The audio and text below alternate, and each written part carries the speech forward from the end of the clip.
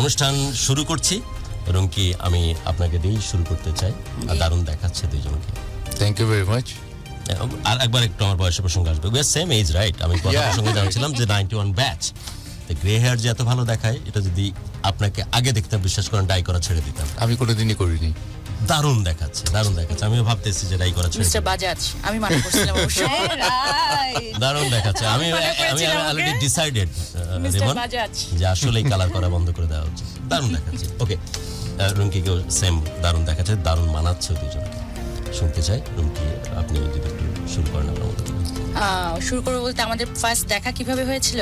হ্যাঁ, ফার্স্ট দেখা অ্যাকচুয়ালি আমি যে স্কুলে পড়তাম ওটা হচ্ছে ওর পাড়ায় ছিল। তো ও আমাদের পাড়ায় মানে আসতো। কোন এলাকায় এটা? আমাদের তো দিনাজপুরে বাসা। দিনাজপুরে সবাই কি সুন্দর সুন্দর মানুষগুলো বেশি জন্ম আই মেনে দিনাজপুরে মেয়েরা ছেলেরা তুলনামূলকভাবে বেশি সুন্দর হয় আমি দেখছি। ওদের কথাবার্তা সফটনেস থাকে। আমি এটা বলতে পারেন যে সফটনেস থাকে। লোকের কথা কিন্তু কখনো শোনা হয়নি এমন? হ্যাঁ, দিনাজপুরের মানুষরা সুন্দর হয় এটা সবাই বলে। এক্স্যাক্টলি। যেমন রাজশাহীর মানুষরা খুবই লক্ষ্মী, খুবই ভদ্র, খুবই মিষ্টি হয়। এটাও কিন্তু সবাই বলে। রাজশাহীর সবচেয়ে পাকনাটা আপনার সামনে বসা, তাহলে বাকিগুলোর অবস্থা কি বুঝেন? ও, আপনি রাজশাহী? ওয়াও। নোয়াখালী, বরিশাল। কোথায় আছি আমি? চ্যানেলে তো লাইভে আছি। এরা খুবই কর্মঠ।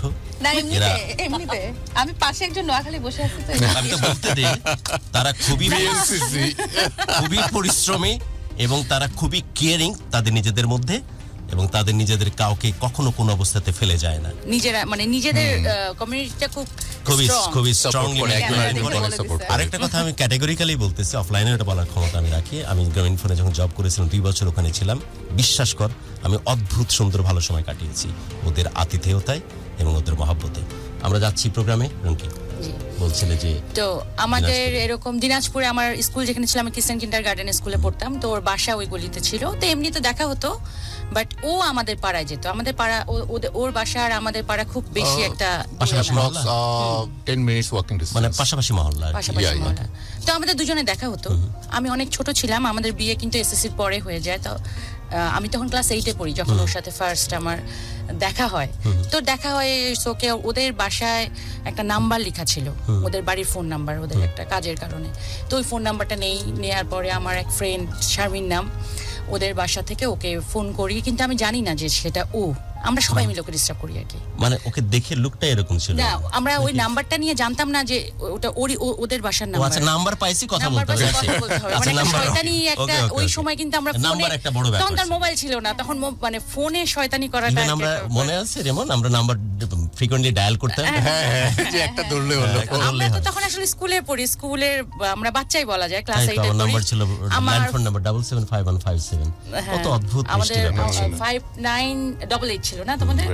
5988 মনে আছে। হ্যাঁ, তো আমার লাবণী নামের ফ্রেন্ড ছিল শারমিনদের বাসা থেকে এরকম ফোন করতাম। আমি শুধু কথা বলতাম না, সবাই মিলে ডিস্টার্ব করতাম।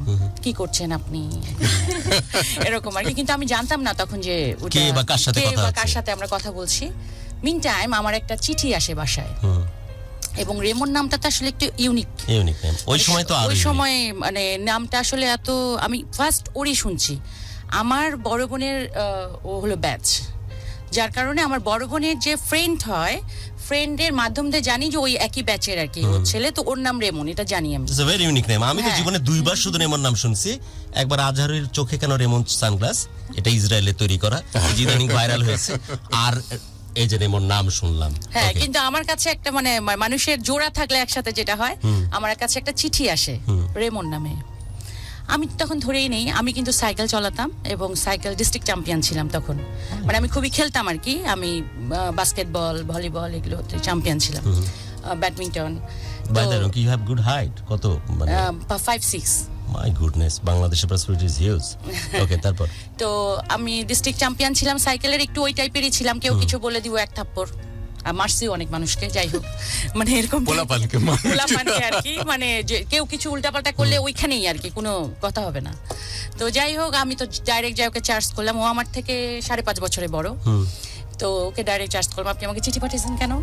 তো তোর ভয় লাগলো না ভাই? না আমার একটু ভয়টা এগুলা লাগতো, Daring type-এর ছিল। ডিয়ারিং টাইপের Okay. ছিলাম আর কি। তারপর? আর ও আবার খুবই ভদ্র ছিল, মানে কথাই বলতে পারে না এরকম টাইপের এটা ভদ্র। ঠিক আমাদের যেমন আমি কিন্তু- রিলেট করতে পারছি, ওই সময় যে একটা মেয়ে এসে ওর মধ্যে চার্জ করবো আমরা পোতে যাওয়ার কথা, কারণ একটা মেয়ে যে করতে পারি এটা আমাদের ধারণার মধ্যেও ছিল না, রাইট? রাইট। না আমি অবশ্য তখন থেকে খুবই আর কি বেশি কি বলবো, মানে আমার যখন যেটা করতে ইচ্ছা করতো আমি করে ওকে ফেলতাম। ওকে, তারপর? তো যাই হোক আমি হচ্ছে ওকে চার্জ করলাম, তখন বললো কি না না না আমি তো চিঠি পাঠাইনি, তবে আমি তোমাকে এটা বের করে দিতে পারি, কে পাঠিয়েছে তোমাকে চিঠিটা। আমাদের তারপর? কিন্তু দুজনের এরকমই মানে জাস্ট এইটুকু কথা হয়েছে, কিন্তু আমার মা পার্টি করতো, জাতীয় পার্টি তখন। তো আমার মা সেই হিসেবে ফেমাস ছিল দিনাজপুরে, সবাই আমার মাকে চিনতো।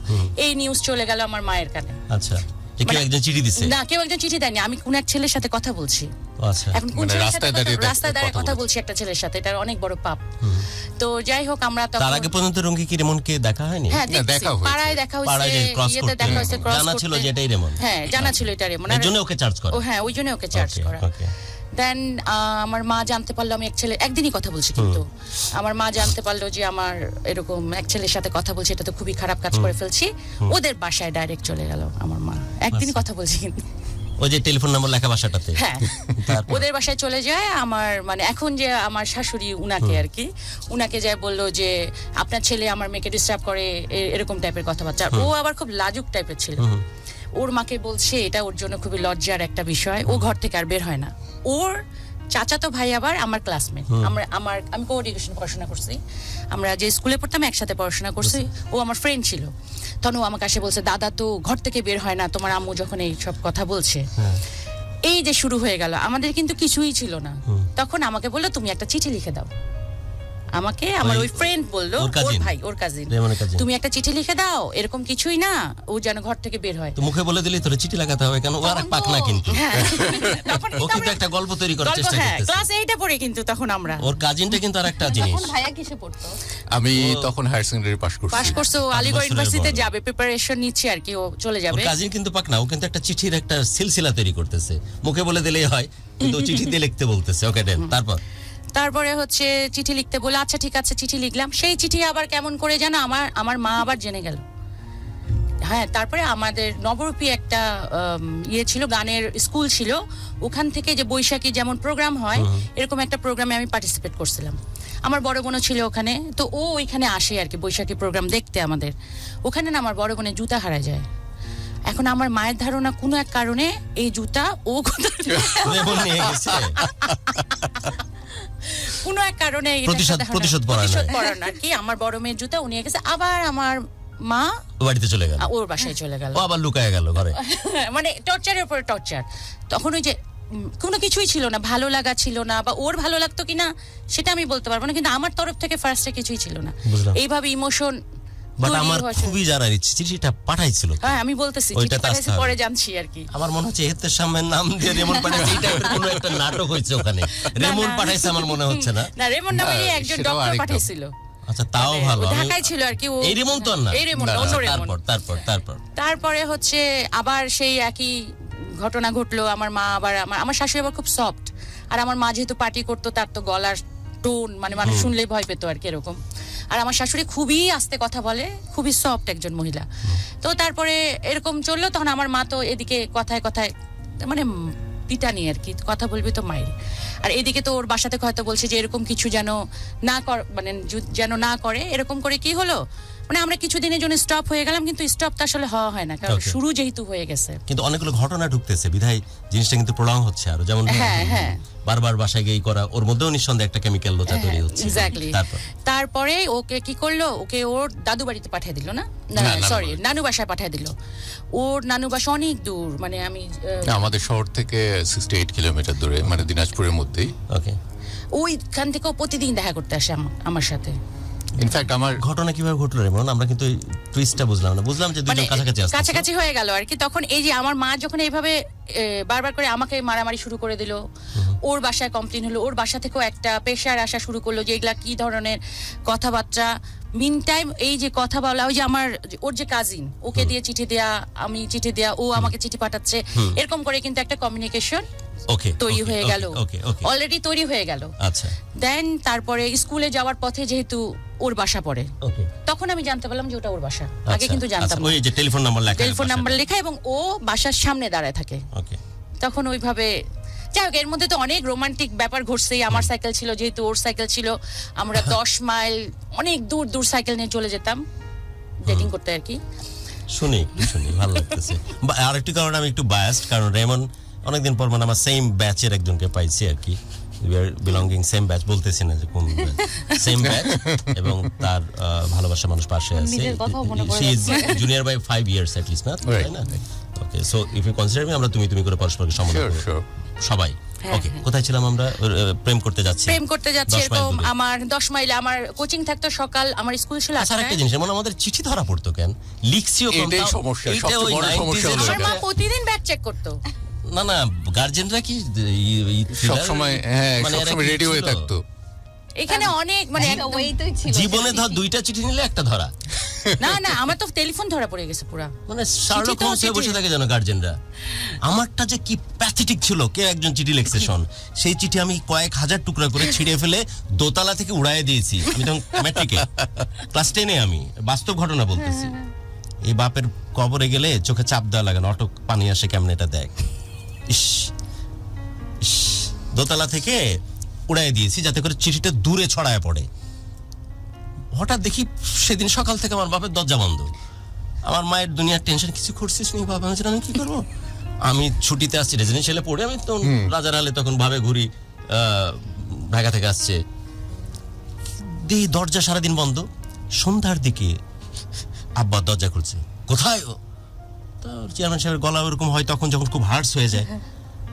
বেরম করতেছে কেন, আমি কোন রকমের ব্যাখ্যা খুঁজে পাচ্ছি না। তো বলতেছে যে এগুলো নিয়ে আসো না, তাহলে আর পড়ালেখা কিভাবে হবে? আমি যে পড়েছিলাম রাতের বেলা সেম চিঠি। কেমন আজও একটা কোয়েশ্চেন, হাউ হি ম্যানেজ ইট। অনেকগুলো টুকরা, আচ্ছা আমি বাঁচতে চাই, তাহলে আমি অনেকগুলো টুকরা করবো না? কোনো একটা মেয়ে একটা চিঠি লিখছে আমারে, যেহেতু ঢাকায় পড়ি এই কারণে একটা গ্ল্যামার ছিল এলাকাতে, ছাত্র খারাপ ছিলাম না স্টার্টিং এ। সেটা 1000 টুকরা করে না উড়াই দিছি দোতলা থেকে। নিচে যে যখন পড়তেছে তখন তো এদিক ওদিক হয়ে পড়তেছে। রাতের বেলা যে চিঠি পড়ছিলাম, যতটুকু ব্রেনে ছিল আমি সেম মিলাই ফেলছি। আমি দিকে তাকাই এর মুখে আসছি, বলছি এগুলো নিয়ে তো আসছো তাই তো? আমি কোনো অ্যান্সার দিতে পারছি না, কলসু আজও বুঝি না যে সে কেমনে মিলাইছে। এবার সবাই ঈদ করছে ঢাকায়, বুঝছস, আমি একা ছুটে গেছি রাজশাহীতে। তারপর কোনোবার বাদ দিই না, আমি ইভেন করোনাতেও বাদ দিই না।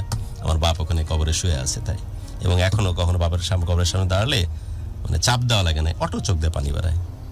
এমন বাপের জন্য জানা হাজির। আমার যদি কেউ বলতো যে 1000 বার তুই মৃত্যু স্বাদ নিলে তোর বাপকে ফিরে পাবি, কসম খোদা আমি তাই করতাম। যাই হোক, কোন চালে চলে গেলাম এমন। ওকে, তারপরে আমাদের চিঠি ধরা পড়তে এরকম ভাবে 10 মাইল দূরে যাচ্ছ প্রেম হ্যাঁ, করতে। এরকম ওর একটা হুন্ডা ছিল তখন, আমার তো সাইকেল ছিল, ওর সাইকেল ছিল, দুজন মিলে যখন একসাথে যেতাম তো যেতাম। তারপরে ওর একটা হুন্ডা ছিল, ও আমাকে ঘোরাতে নিয়ে গেছে। ও আমাকে বললো কি সানগ্লাসটা একটু পরায় দাও, অসুবিধা হচ্ছে। মোটরসাইকেলের সানগ্লাস পরায় দিচ্ছে? আমি পরায় দিচ্ছি। এই পথ যদি আমরা সেদিন অবশ্য বহু দূরে গেছিলাম। সেদিন মনে হয় আমাদের শহর থেকে তখন অ্যারাউন্ড 26 কিলোমিটার কি 30 কিলোমিটার দূরে এরকম আমি ওকে সানগ্লাস পরায় দিচ্ছি, আর আমার শ্বশুরের ফ্রেন্ড ওই সিনারিও দেখে নেয়।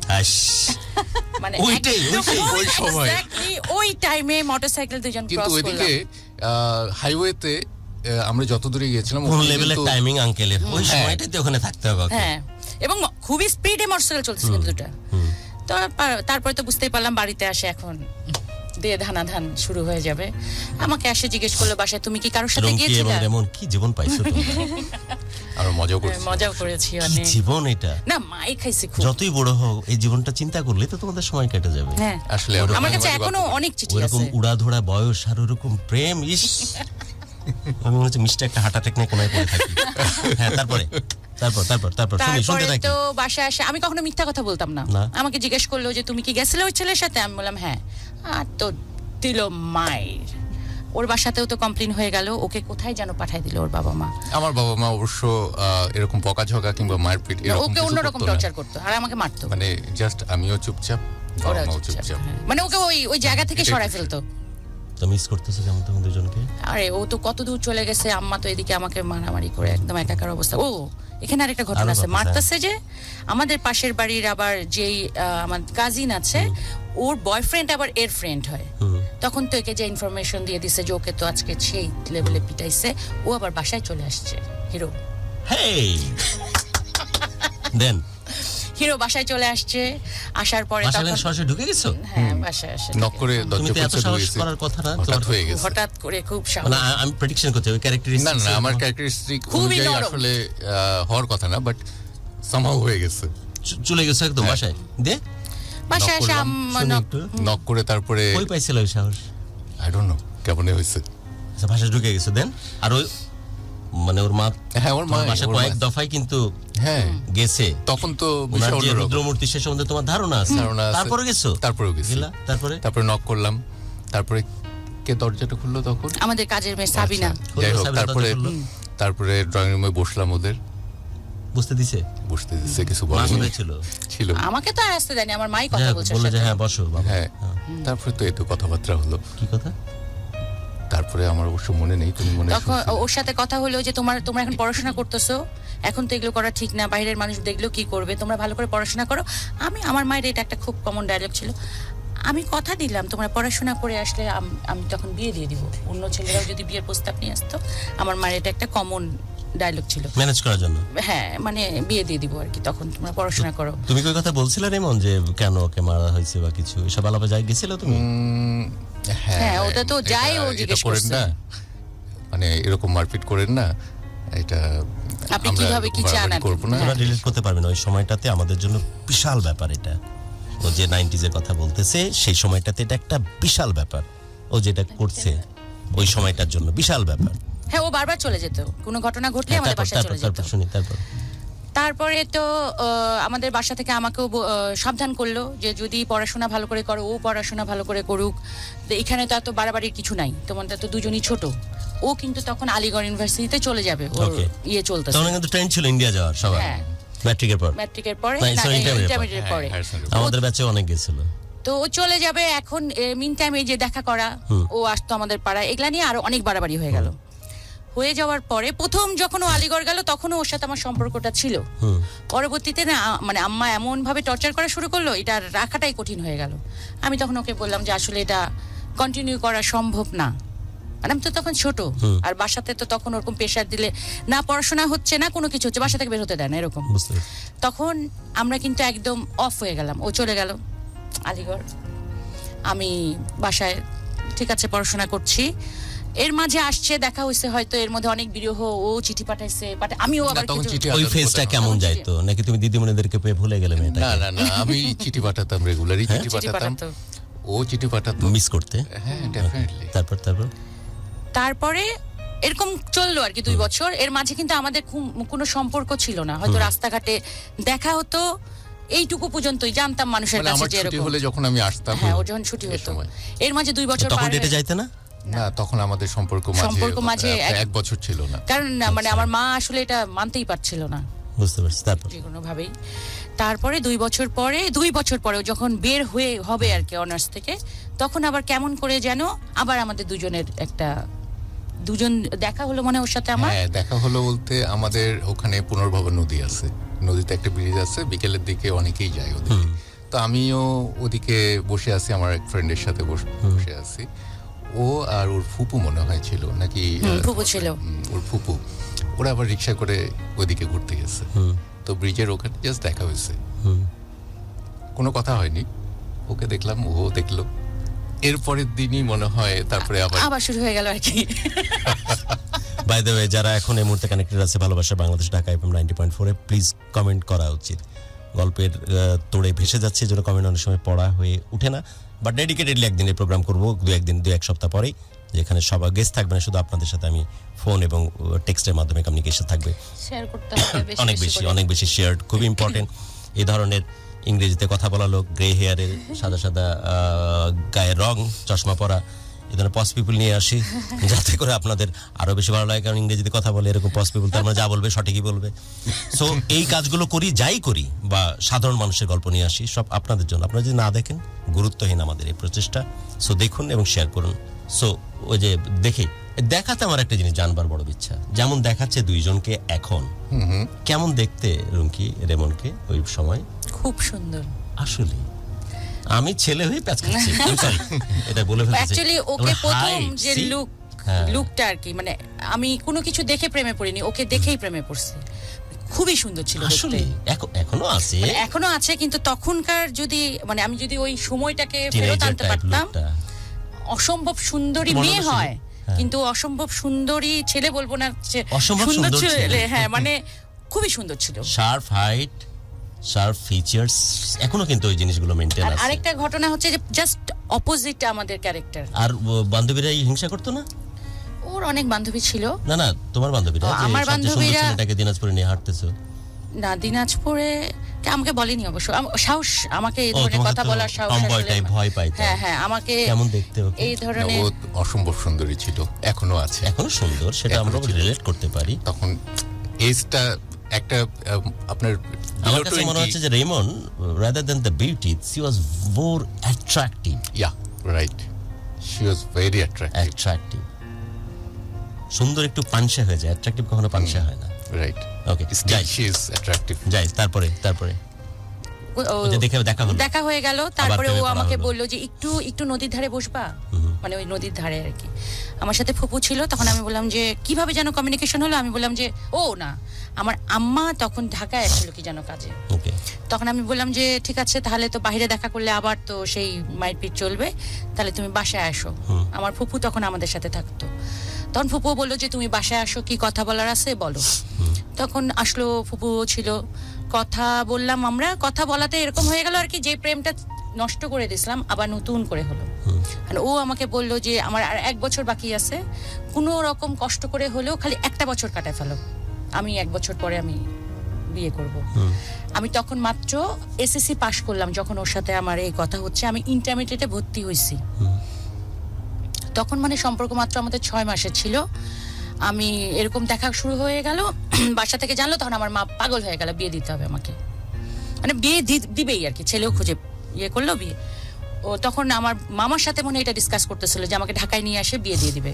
আমার মা একটা অসুস্থও ছিল, যে আমার মা মারা গেছে, কিন্তু ঘটনা হচ্ছে আম্মা খুব অসুস্থ ছিল দেখেই আমাদের 3 বোনের খুব তাড়াতাড়ি বিয়ে দিছে। আচ্ছা, মানে থাকা অবস্থাতেই। হ্যাঁ, মানে সে বুঝতে পারছিল যে সে আসলে মারা যাবে, তো যার কারণে উনি আসলে বেশি সময় নেয়নি। আমার ছোট বোনটারও এসএসসি দিতেই বিয়ে হয়েছে। বুঝতে পারছি। আমার বড় বোনটা শুধু অনার্স পড়তে বিয়ে হয়েছে, কিন্তু আমার হচ্ছে এসএসসি নিজের পাস চোখে দেখে করে যেতে চাচ্ছিলেন যে মেয়েরা মেয়েরা settle। সেটেল হয়ে গেছে, কারণ আমার মা খুব কম বয়সে মারা গেছে। তো যাই হোক, তারপরে তো ওরা বিয়ে ঠিক করে গেছে ঢাকায়। এখন কথা বলছে, ওর ফুপু আর আমার মামা একই ব্যাংকে চাকরি করতো, সোনালী ব্যাংকে। তখন আমার মামার কাছ থেকে ওর ফুপু জানতে পারছে যে আমার বিয়ে হয়ে যাচ্ছে। আর আমার তো আসলে কিছু করার নেই, আমি ছোট মানুষ, আমাকে স্বাভাবিক। যেটা করবে আমাকে তো সেটা মানতেই হবে। এখন ও জানছে, আমাকে জিজ্ঞেস করছে, আমি বলছি, হ্যাঁ আমি শুনছি, বাট আমি জানি না আসলে শিওর যে আমাকে নিয়ে যায় বিয়ে দিয়ে দিবে নাকি। তখন ও বলছে ঠিক আছে, বিয়ে করে ফেলো, কোনো সমস্যা নাই, বিয়ের পরে আমি খালি চাকরি একটা পাই, তোমাকে ওখান থেকে নিয়ে চলে যাবো। এটা কি হলো? ও আমাকে এটা বুদ্ধি দিচ্ছে। আমি মারফতি কথার জন্য কোনোভাবে প্রস্তুত ছিলাম না। ভাঙচুর, প্রেম, ভালোবাসা, মহব্বত, তার প্রেমিকাকে মারার জন্য সেই বয়সে, ভাই 98 is a very big deal. 92-93 সালের দিকে সে বাড়িতে হাজির হয়ে যাচ্ছে, এমন বাসায় যে বাসাতে ওকে প্রায় থ্রেট করে, আর সে বলতেছে বিয়ে করে ফেলো, আমি তোমাকে বিয়ের পর নিয়ে আসবো। এই মারফতি কথার জন্য আমি প্রস্তুত ছিলাম না। দেখি পরে সামনে আর কি অপেক্ষা। সামনে অনেক ডেঞ্জারাস হ্যাঁ, একটা ঘটনা আছে। দেখি যাই, ওখানে চলে যায়। তারপরে ও যে ডেঞ্জারাস কাজগুলো করছে সেটা আসলে অনেকগুলো স্কিপ হয়ে গেলাম মনে হয়। কারণ হচ্ছে ও এর মাঝে আমার বড় বোনের বিয়ে হলো। বড় বোনের বিয়েতে আমার দুলা ভাইয়ের এক বন্ধু আবার আমাকে পছন্দ করলো, আমাদের বাসায় চলে আসছে বিয়ের প্রস্তাব নিয়ে। এইটা শুনে ও চলে আসছে আমাদের বাসায়, ডাইনিং টেবিলে সবাই খাচ্ছে, সেও আসে বসে গেল। হ্যাঁ, আর আমি আবার বিন বুলায়া মেহমান বসে গেল। আমি নায়িকার মতন বললাম, আমি তো শুধু ওকেই ভালোবাসি, আমি তো কাউকে বিয়ে করবো না। সামনাসামনি হঠাৎ একদম সবাই বসা টেবিলে। থেকে সাহস আসলো দুইজনের। আমরা যাই হোক, ও বসে গেল। আমিও এই কথা বললাম। বাহ। তখন ও বলতেছে হ্যাঁ আমি রেমন। ও খুবই স্মার্ট, সবসময় স্মার্ট ছিল। ও খুবই সুন্দর করে ওকে প্রেজেন্ট করলো সবার সামনে, করে টোরে। তারপরে তো যেই আমি বলছি যে আমি তো ওকে ছাড়া কাউকে বিয়ে করবো না, কি আমার বলছিল? সবার আমি সামনে। রেমন, আমি কি আলিগড় থেকে পড়ে আসছি। হ্যাঁ, কি বলছে? আমি আলিগড়ে পড়াশোনা করতেছি, আমার শেষ না, হবে। অ্যাকচুয়ালি তারাও জানতো কারণ আমাদের পাশাপাশি মহল্লা, যে ব্রাইট ফিউচার আছে ছেলেটা। মোটামুটি সকলেই সকলকে চেনে আসলে। খুব মনে আছে যে আপনার মতন একদম সাদা একটা শার্ট পরে আসছিল, ডাইনিং টেবিলে আমাদের পুরো ফ্যামিলি বসে আছে, আপুর শ্বশুর বাসার লোকজন বসে আছে, আম্মার ফ্রেন্ডরা বসে আছে, তার মাঝে আসে ও বক্তৃতা দিল এরকম। আমিও তখন বললাম যে হ্যাঁ আমি শুধু ওকে ভালোবাসি। তখন আম্মা আমাকে সবার সামনে টানে লাগালো আবার একটা থাপ্পড়। এটা তোরা এই জেনারেশন একবারে রিলেট করতে পারে, এটা মারাত্মক চিন্তা ব্যাপার। করতেছিলাম যে এখন কিন্তু প্যারেন্টসরা কিন্তু হাত উঠাই না না, বলতে না, গেলে। একেবারেই। হ্যাঁ, না, আর এবং আগের দিকে যে মারাটা মারতো, এখন যাওয়াটা ছেলেদের ও মাইর জন্য খায়নি, এই যে কিন্তু আমি প্রচুর জেনজেটের মাইর জন্য খুব খেয়েছি। নরমাল, কিন্তু আমরা যারা এক্স নাকি আমরা এক্স বলে তো এই ওরকমই generation, হয়ে গেছে। আমাদের এই জেনারেশন এটা কল্পনাতীত, মানে কল্পনাতীত। আমি এর জন্য রিলেট করতে পারি, জন্য বারবার আমি এই আশ্চর্য টাইপের দিচ্ছি। হ্যাঁ, তারপরে মেরে বসলো দেন। তারপরে তো এই ঘটনা ঘটলো, তার মানে ঘটনাটা ওরা বুঝতেই পারলো যে এটা থেকে আসলে বের করার কোনো আর সুযোগ নেই। যেখানে এত স্ট্রাগল হয়েছে, এত কিছু তারপরে হয়ে যাওয়ার পরেও যেহেতু জিনিসটা এরকম করে বারবার করে ব্যাক করতেছে, তার মানে এটা আর ফেরত আসবে না। তখন আমার মা, জানি না আমি ওর সাথে কেন বিয়ে দিবে না, এটা একটা ঢং, মানে ঢং ছাড়া। আই এম সরি, এই কথাটা আমি তার বলতে পারি না, হোস্টেল চেয়ারে বসে আমার এরকমই মনে হচ্ছে। মানে কেন সবকিছুই তো ঠিক আছে। দিনাজপুরের সবচেয়ে সুদর্শন ছেলে, হবে বললো ফ্যামিলিটা হচ্ছে সবচেয়ে মিষ্টি টাইপ ফ্যামিলি, যখনই যাচ্ছে একটা করে থাপড় দিয়ে চলে আসতেছে, কেউ কিছু বলেও না, মানে কতখানি লক্ষ্মী ফ্যামিলি, একেবারে অযাচিত কারণে, কিন্তু এটা মানতে হবে। মানে আমার শাশুড়ি খুবই নরম, তো আমার অযাচিত মায়ের কারণে কাছে গিয়ে বাড়িকে বকাঝকা করে আসছে না।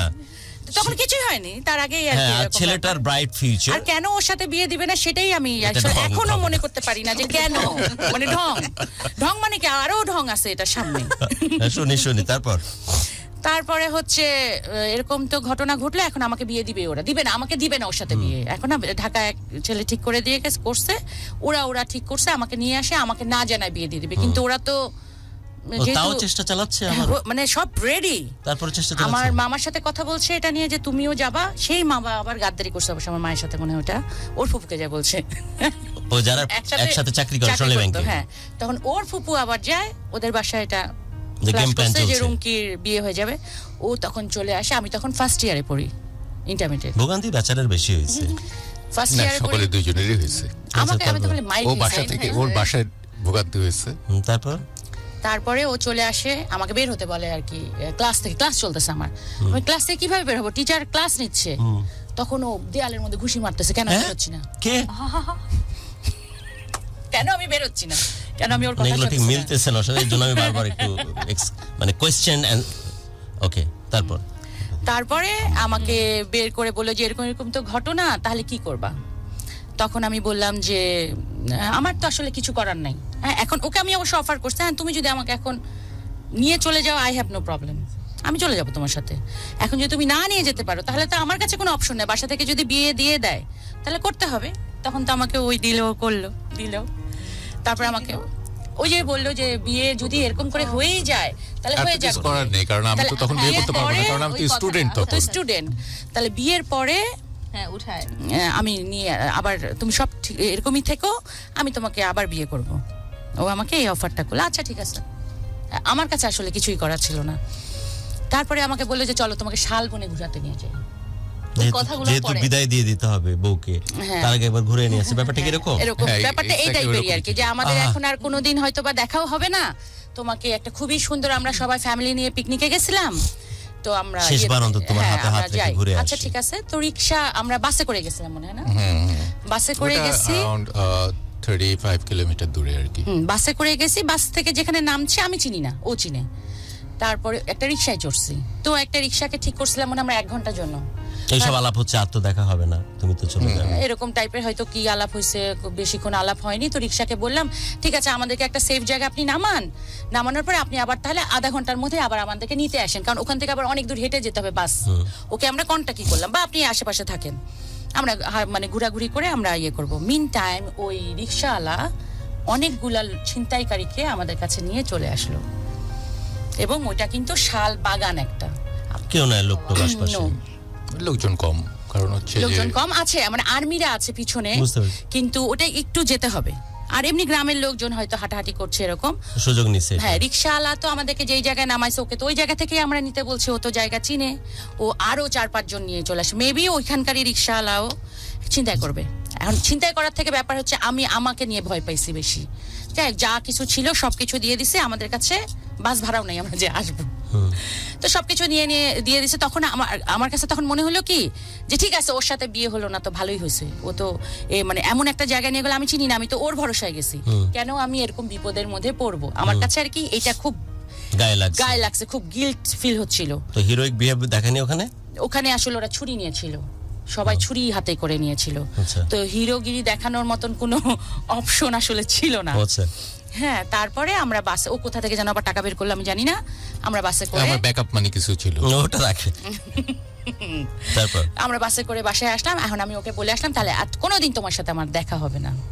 রাগের কারণ যে আমাকে কেন এই পরিস্থিতিতে পড়তে হলো? আমি কেন, মানে আমি তো আসলে ওর উপরে বিশ্বাস করে গেছি। আমি এরকম সিচুয়েশনে ইয়া করতে গেল, ওটা আরো খারাপ হয়ে গেল। সিচুয়েশনটা ভালো হলো না আমার। এখন ডিসিশন কিরকম কি যে বিয়ে না হয় ওর সাথে ভালোই হবে?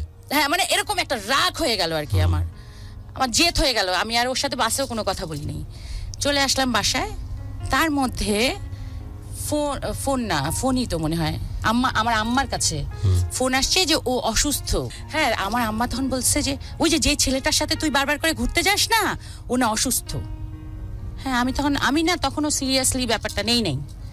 তারপরে অসুস্থ মানে ওই যে ও এই গিলটা থেকে বিয়ে করতেছিল না, এটা কোনো ব্যাপার না। বলেছে যে বিয়ে হলে তখন হ্যাঁ, আমি ও তো কোনো কিন্তু তুমি তোমাকে যে সেভ করতে পারেনি, এই পরিস্থিতি পড়তে হলো, এইটা হচ্ছে ওর মেইন কারণ। বিয়েটা ইস্যু ছিল না তখন ইস্যুটা ছিল এরকম যে জিনিসটা একটা চোখের সামনে এরকম সিচুয়েশনে পড়তে হলো। হ্যাঁ, এবং এরকম একটা তেমন কিছু তো করতে পারলো না ওখানে। তারপরে হচ্ছে আমাকে বলল, আমার মামা চলে আসলো রাত্রেবেলা আমাকে নিতে। ও তো খুবই অসুস্থ, তুই এখনই হাসপাতালে চল। পরের দিন সকালবেলা ও সবার সামনে, ওদের ফুল ফ্যামিলি দাঁড়ায় আছে ওখানে, ফুল মানে ওদের ফ্যামিলি অনেক বড়, ওর ফুপুরা অনেকজন, ওর চাচারা অনেকজন। তুমি দেখা করতে গেছো? আমি দেখা করতে গেছি সন্ধ্যায়। তখন ও সবার সামনে বলছে, কালকে সকালবেলা তুমি আমার সাথে দেখা করতে আসবে। হ্যাঁ, সবার সামনে। ওই চোখ খুলে তোমাকে দেখে ফিল কেমন ছিল তখন? শুনি না, ফিলটা কেমন ছিল যে মৃত্যুর হাত থেকে বেঁচে আসা ফাইনালি দেখতে আসছে? আবার দেখতে পাইছি, মনে হলো যেন কি প্রশান্তি। দেন আরো অনেকে আছে ভরা, কাউকে তো দেখতে পাচ্ছ না তখন? না, তখন কাউকে দেখতে পাচ্ছি, ও ছাড়া আর কাউকে দেখতে পাচ্ছি না। সুর বাজতেছে পেছনে। দেন ফিলটা, তোমার ফিলটা একটু শুনি। আসলে তুমি তো বিছানায় শোয়া তখন নাকি? হ্যাঁ, বিছানায় শোয়া এবং শরীর অনেক দুর্বল। দেন ও কিভাবে দেখলে আউট অফ ফোকাস কেউ একজন আসতেছে? হ্যাঁ, দেখলাম যে আসছে, সামনে দেখে অন্যরকম একটা ফিল হলো। আর আমি আসলে আশেপাশে কে আছে মাথায় কাজ করেনি। দেখি বললা? তারপরে তো বললামই ওটা যে তুমি কালকে আসো। সবার সামনে সবাই, অনেক 50 জন মনে হয় আছে ওখানে। হাতটা টাচ করে ধরনি? আরে বারে তো ধরবে, এরকম মনে হয় ধরছিল না, কারণ অনেকে মানে আমার ওরকম শক্তি ছিল না তখন। বাট বললা যে কালকে সকালে দেখ। ওকে, তারপর তুমি কি করলা? সকালবেলা গেলাম, যাই দেখি আমার শাশুড়ি, মানে আমি যখন গেছি তখন কেউ নাই। সিস্টার আসে বলতেছে, এই তুমি কি ওই মেয়ে? যুগে যুগে সব সিস্টাররা, আর যদি সরকারি হসপিটালে সিস্টার হয় এর চেয়ে বেটার আশা করা যাবে না। হ্যাঁ, তুমি কি সেই? হ্যাঁ, তখন আমি চুপ করে থাকলাম, আমি আর কোনো কথা বললাম না। মিন টাইম আমার শাশুড়ি চলে আসলো। তখন মা তো মানে তখন, এখন তো মা, যাই হোক, মা তখন বলছে বসো, আমি আজকে তোমাদের বাসায় যাব। ও শুধু আজকে যদি বাসায় ওকে নিয়ে যায়, আমি আজকে তোমাদের বাসায় যাবো। তা আমি বললাম আচ্ছা ঠিক আছে। আমি আবার কলেজ থেকে গেছিলাম। তারপর তো আমার ওই যে বললাম যে আমার মা আবার ঢং শুরু করে দিল। মানে আমাকে পাঠাইছে কিন্তু আমার মা ওকে দেখতে। হ্যাঁ, তারপর আমার শাশুড়ি বিয়ের প্রস্তাব নিয়ে গেল যে আমাদের জন্য তো একটা প্লাস পয়েন্ট হয়ে গেল, আমরা তো বিয়ের জন্য এরকম কিছু করিনি। আসলে এরকম কোনো টেন্ডেন্সি ছিল না, বাসা থেকে যেটা করতেছিল সেটা, এটা হলো একটা ব্লেসড হয়ে গেছে আর কি। হ্যাঁ, তারপরে আমার শাশুড়ি আবার শুরু করলো ঢং। হ্যাঁ, আমার শাশুড়ি বিয়ের প্রস্তাব নিয়ে গেল আমার মায়ের কাছে। না, দিব না। আলা, আজব ব্যাপার, তুমি তো বিয়ে দিয়ে দিচ্ছ। মানে অন্য জায়গায় তো এমন তো না যে আমি ছোট দেখে আমাকে বিয়ে দিচ্ছে না, আমাকে তো অন্য জায়গায় নিয়ে যায় বিয়ে দিচ্ছে, ব্যস্ত। আর তোমরা তো এমন না যে নিয়ে এসে বিয়ে দেবা, যেখানে আমার শ্বশুর শাশুড়ি সবকিছু রেডি, মানে আমাদের ফ্যামিলি স্ট্যাটাস ওদের ফ্যামিলি স্ট্যাটাস, বরঞ্চ ওদের ফ্যামিলি স্ট্যাটাস আরো বেটার, সব ম্যাচড একদম। তো কেন না একটু নাটক করলো আমার মা। আবার তারপরে আমার মামা বুঝালো আসে। আবার আমার আরেকজন চাচা ছিল, উনি রেমনের নামে বললো, ওর আবার বাবা মা জাপান থাকতো, তখন ও একা থাকতো এখানে, তখন ছোট ছিল আর কি। তো ওই চাচা আসা বললো যে সবাই গাছের কুল পেরে খেতো আমার বাসায়। আমি দেখতাম ওই ছেলেটা দূর থেকে দেখতো, কোনো একটা কুলো আমার ইয়ে থেকে দেয়নি। তো তুমি আমার মাকে বলতেছ আর কি যে তুমি কেন রাজি না, মানে কারণ থাকতে হবে যে তুমি কেন রাজি না। যাক, সবাই মিলে বুঝালো। তারপর রাজি হলো, এঙ্গেজমেন্ট হলো আমাদের। হুম। বিয়ে হলো না, এঙ্গেজমেন্ট হলো, যেহেতু আমার তখন 18 বছর হবে কয়েকদিন পরে, আর ওর তখন 22 বছর। আমার অনার্স মানে ফাইনাল ইয়ার তো ও না, ফাইনাল ইয়ার না, লেমন সেকেন্ড ইয়ার। ফিল কেমন অবশেষে তাকে পাইলাম হাতে যখন আংটি পরাচ্ছ? না আংটি আন্টি পরানোর এটা জন্য আরেক ওকে ঘটনা আনতে হয়েছে। দেয়নি। আবার হ্যাঁ। আরেক ঘটনা কি? ও আসে নাই, ওর এক ফুপু না যাওয়া যাবে না, ও engagement যাবে না? না এঙ্গেজমেন্টে ও যাবে না, ওরা আংটি পরায় দিবে। এটা কেমন? এটা কেমন ধরনের এঙ্গেজমেন্ট অস্বাভাবিক। জানি না। তারপরে আমি আসলে এত কনফিউজড হয়ে গেছি, আমাকে বলছে মানে ওই যে এঙ্গেজমেন্ট হওয়ার পরে বলে না সালাম করো, আমি বুঝিনি পায়ে সালাম করতে হবে, আমি উঠে স্যালুটের মতো আসসালামু আলাইকুম। ওটা বরে করে পাগল। বাবাজি সবাইকে সালাম দে, ওটা একটা সালাম দিয়ে বসে যায় মুখে মুখে। আচ্ছা তারপর যাই হোক এরকম করে তো মানে Finally তোমাদের বিয়ে এঙ্গেজমেন্ট হলো? না, বিয়ে হয় না, এঙ্গেজমেন্ট হলো। এঙ্গেজমেন্ট হওয়ার পরে পরের দিন ও আমাকে ও জীবনে যত গিফট করছিল, আমার মা এত ডেঞ্জারাস ছিল, আমি কোনো দিন একটা গিফটও বাসায় নিয়ে আসতে পারিনি। আমি সব সময় ওকে বলতাম যদি কোনোদিন আমাদের মানে দেখা হয় বা মিল হয় বা নেয়ার মতন কোনো সুযোগ থাকে তখন আমি নিব। অনেক গিফট ওর কাছে আমার মানে ওই দিছে আমাকে, ওর কাছে জমা ছিল। ওই এঙ্গেজমেন্টের পরের দিন অনেক গিফট একসাথে নিয়ে আসছে একবারে দেখা করতে, যত গিফট ওর কাছে আমার জমা ছিল, ব্যাগ, কার্ড, কানের দুল, অর্নামেন্টস, বাড়ির লোক অনেক কি কিছু। বলতেছে হঠাৎ দেখে? মানে ওই আমার মা তো বুঝতেই পারতেছে যে নিশ্চয়ই এগুলা দিছিল, আবার ওর কাছেই আমি জমা রাখছি। আচ্ছা। তো যাই হোক ও গিফট দিয়ে আমাদের কিন্তু বিয়ে হওয়ার কথা, ওর অনার্স শেষ হওয়ার পরে। মিন টাইম এখানে হচ্ছে ওই যে ও বারবার করে আমাদের বাসায় আসতেছিল, আমার মায়ের পছন্দ না, কেন আসবে বারবার করে বাসায় দেখা করতে, এটাও পছন্দ না। মানে প্রথমে কিন্তু বললো তোমরা যদি দেখা করো বাসায় দেখা করবা, বাইরে দেখা করবা না। আচ্ছা, তারপরে ওর আবার একটু বেশি বেশি আসা শুরু হয়ে গেল তখন। কেমনে আটকায়? তুমি বলতেছো ও আটকাবে কেমনে? তারপরে 6 মাস না যেতে আমার মা আমাকে আবার মারা শুরু করলো, যদি বিয়ে আজকে করিস তাহলে আজকে বিয়ে দিব ওর সাথে, আর যদি তুই আজকে বিয়ে না করিস তাহলে কোনোদিন আর ওর সাথে বিয়ে দিব না। এঙ্গেজমেন্ট কিন্তু হয়ে গেছে ফ্যামিলি ভাবে, কিন্তু আর বিয়ে দিবে না বলে আমার মা আমাকে।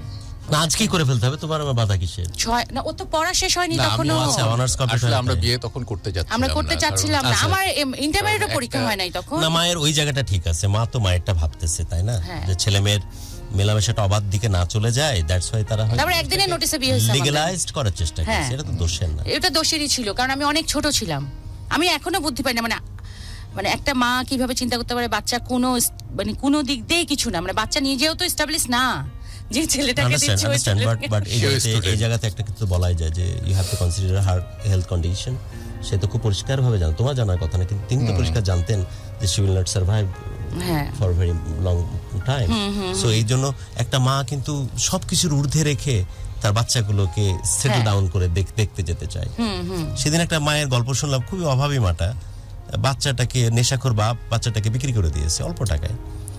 এই মা এখন কি ওকে বাঁচানোর জন্য কি করে জানিস, প্রতিদিন যে রক্ত বিক্রি করে, আহা, রক্ত বিক্রি করে করে করে তখন একজন ওই ডাক্তার যেখানে বিক্রি করে ব্লাড ব্যাংক, ওই ধরছে যে আপনার এই অবস্থায় এরকম আপনি কেন রক্ত বিক্রি করতেছেন। তখন শুনছে আসল ঘটনা, যে বাচ্চাটাকে মেরে ফেলেছে মানে বিক্রি করে দিয়েছে নেশাখোর বাপ, সে বাচ্চাটাকে রেস্কিউ করার জন্য এই টাকা কালেক্ট করতেছে। আহা। ফাইনালি রক্ত বেঁচে বেঁচে টাকা কালেক্ট করেছে, করে এই বাচ্চাটাকে আবার রেস্কিউ করে নিয়ে আসছে। মেয়েটা বাচ্চাকে নিয়ে যখন দাঁড়ায় আছে, মেয়েটা কথা বলতেছে, কথা জড়ায় যাচ্ছে, হিমোগ্লোবিন নাই বললেই চলে, ফ্যাকাশে চেহারা, এরকম কৃষ্ণকায় থিন, আর এরকম করে টাল খাচ্ছে। তো ওই টাল খাইতে খাইতে বলতেছে যে আমার জীবনে যতক্ষণ পর্যন্ত নিঃশ্বাস আছে আমার বাচ্চাটাকে আমি আমার কাছ থেকে ছাড়বো না। তোরা এর জন্য এত ইম্পর্টেন্ট, তোদেরকে এত গুরুত্ব দিই, এত রেসপেক্ট করি, মাথার সেটাই। উপরে রাখি এই কারণে। এবং বারবার বলি যে নারীত্ব হচ্ছে খোদা তাআলার ক্যারিজমেটিক সৃষ্টির নাম। যাই হোক, ওই জন্য মায়ের প্রসঙ্গ বলতে গিয়ে কথাটা আসলো। হ্যাঁ, তারপর আমরা কিন্তু বিয়ে পরবর্তী গল্পতে স্ট্রেট চলে যাব, যেহেতু আমাদের সময় আস্তে আস্তে হ্যাঁ। কমে আসছে। হ্যাঁ, তারপরে একদিনের নোটিসে ও আসলো আলিগড় থেকে, যেদিন তারপরের দিনে একদিনের নোটিসে আমাদের বিয়ে হয়ে গেল। ওকে যেহেতু আমার মা আর মানতে রাজি না, ওকে আমি ওকে বললাম যে হ্যাঁ আজকে যদি বিয়ে করা হয় তাহলে হবে, না হলে আসলে আমাকে আর বিয়ে দিবে না তোমার সাথে। ওকে আচ্ছা ঠিক আছে, কালকে তাহলে আজকে বিয়ে করবো। বিয়ে হয়ে গেল আমাদের। বিয়ে হয়ে যাওয়ার পরে তারপর শুরু হলো জীবনের আসল স্ট্রাগল। ও তো চলে গেল আলিগড়ে, এখন ওর কথা হচ্ছে আমি আর থাকতে পারতেছি না তোমাকে ছাড়া, আমি আর পড়াশোনা করব না। ওমা তখন কিন্তু সেকেন্ড ইয়ারে, মানে মাত্র আর একটা বছর বাকি আছে, না সেকেন্ড ইয়ার, তখন আমার ফাইনাল ইয়ার। Final year. তখন হচ্ছে আমার পক্ষে সম্ভব না, আমি পড়াশোনা করব না আর। তখন আমি বললাম যে পড়াশোনা না করলে কি করব আমরা, এমনিই তো এরকম একটা ব্যাপার, যতই কিছু করি না কেন এটা তো আসলে না ওর প্যারেন্টস রাজি ছিল না আমার প্যারেন্টস, এটা একটা সিচুয়েশন ডিমান্ডে আমাদের বিয়েটা হয়েছে, তাই না?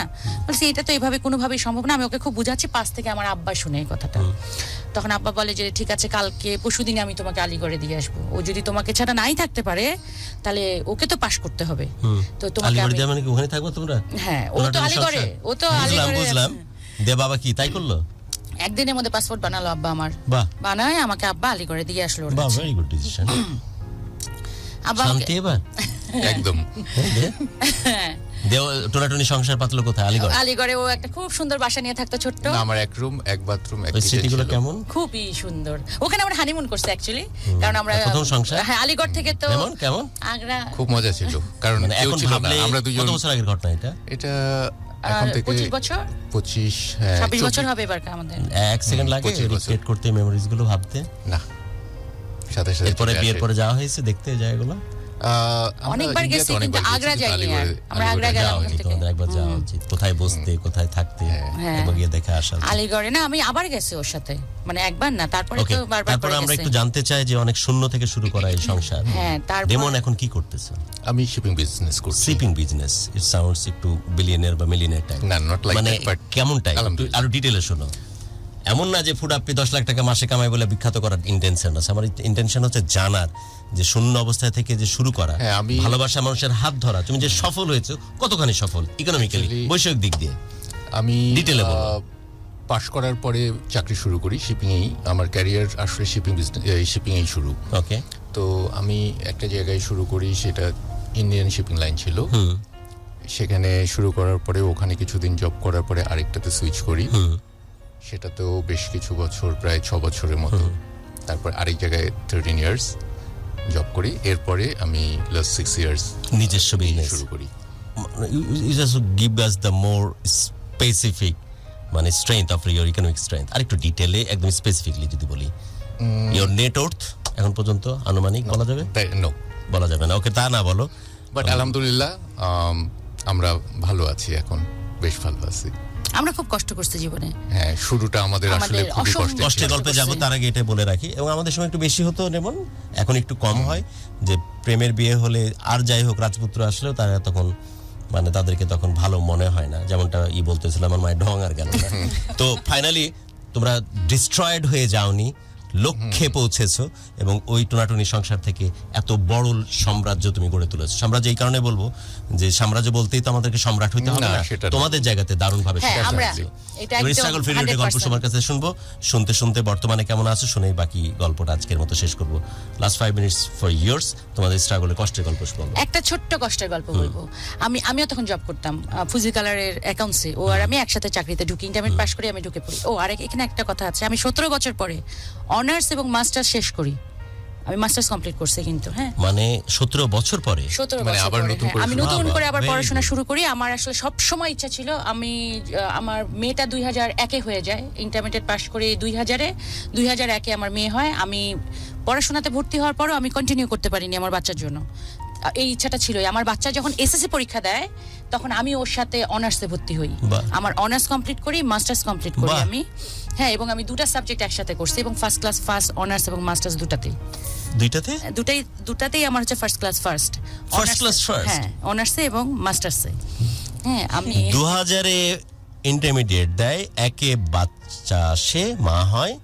17 বছর পর বাচ্চা যখন ম্যাট্রিক দিচ্ছে সে তখন অনার্স শুরু করে, এবং অনার্স মাস্টার্সে ফার্স্ট ক্লাস ফার্স্ট।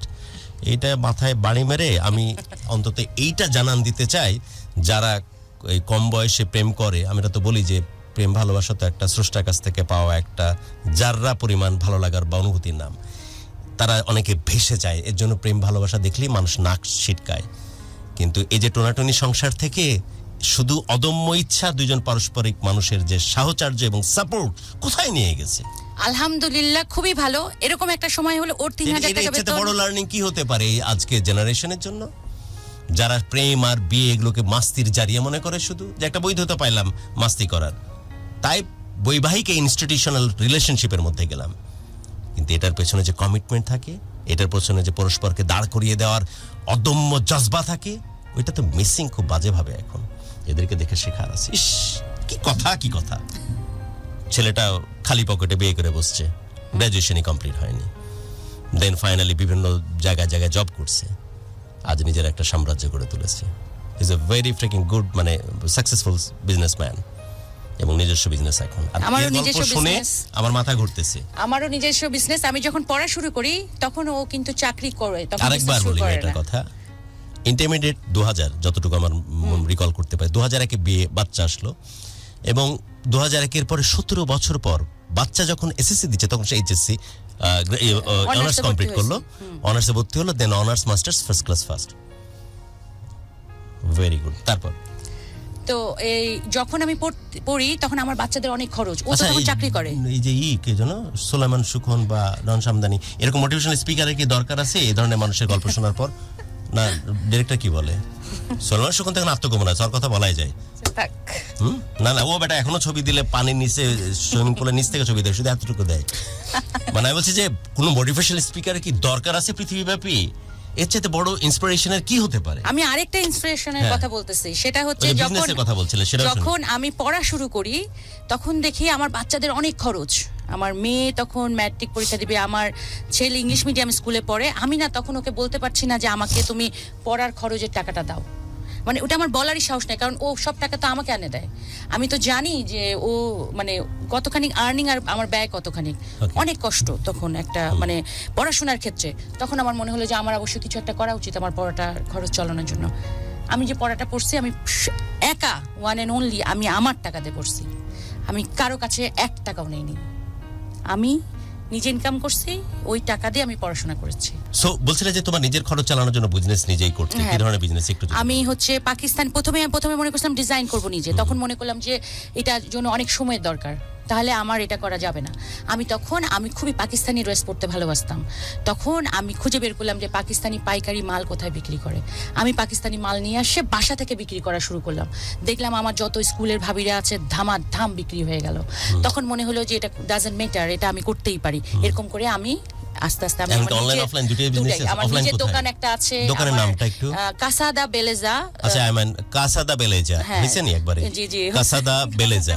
ওকে, এটার মানে হচ্ছে ফ্যাশন হাউস, ইংলিশ মিনিংটা হচ্ছে ফ্যাশন হাউস। যাই আচ্ছা। হোক, কোথায় এটা দোকানটা? এটা হচ্ছে ইকবাল ইকবাল রোড? রোডে 3/11 মসজিদ মার্কেটের দোতলায়। আচ্ছা, আমি প্রতিদিনই লাইভ করি। অনলাইনে কি কাসাদা বেলেজা নামে আছে? হ্যাঁ, অনলাইনে আচ্ছা, কাসাদা বেলেজা understand. নামেই আছে। Okay, now how is going to your business? এখন কেমন? খুব ভালো, মাশাআল্লাহ খুবই ভালো যায়। এবং ওই যে মানুষ যে বিশ্বাস, একটা বিজনেস করতে গেলে যে মানুষের একটা বিশ্বাস দরকার হয়, আমার যত ক্লায়েন্ট তারা আমাকে খুবই ভালোবাসে এবং বিশ্বাস করে। তোমার এটা হচ্ছে কথা। কোটিপতি হাজবেন্ড না থাকলেও ও যে টাকা নাও দেয়, তুমি একা তোমার আমি আমার খরচ চালাতে পারবো, She can বাচ্চাদের survive. চালাতে পারবো না। আচ্ছা, তার মানে ভালো ইনকাম হ্যাঁ, করতেছে। আমি আমার খরচ চালাতে পারবো, বাট আচ্ছা, বাচ্চাদের বাচ্চাদের খরচ প্রসঙ্গ চালাতে আসলো, পারবো না। বাচ্চাদেরকে দিয়ে আমরা আজকের গল্প মোটামুটি শেষ করে নিয়ে আসবো।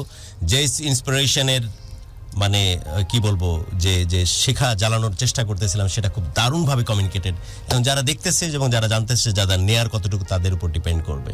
আমরা বাচ্চাদের প্রসঙ্গে যেতে চাই।